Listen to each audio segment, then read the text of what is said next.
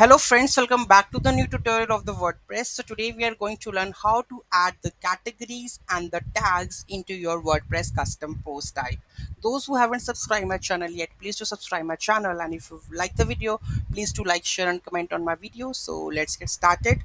So here you can see that to add the categories and the tags, there is a one simple line code which you have to add in the custom post type, which is this one: taxonomies, category, post type or page category. Okay, so here we have to add the post. If you want the tag, then add the post tag and the page category and the category. If I go and just check over here materials, okay, and if I go just edit this one, now you can see that the categories are visible, all the categories we are going to edit. So you can see the categories. So first we add the test category, okay, and the parent no, then add new category, okay, and if I go to the materials and any of the material over here, now you can see that the categories are visible. Okay, you can check these categories, right? And here we have the tags also. You can add the tags also, test2.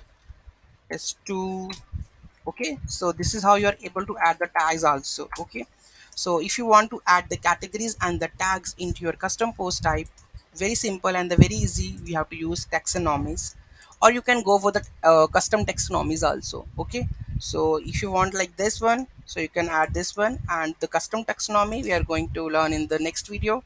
Okay, so but we have to get all the categories and the post tags into a single page we are going to learn in the coming video. Okay, so thank you so much for watching this video, and don't forget to like, share and comment on my video. Have a nice day.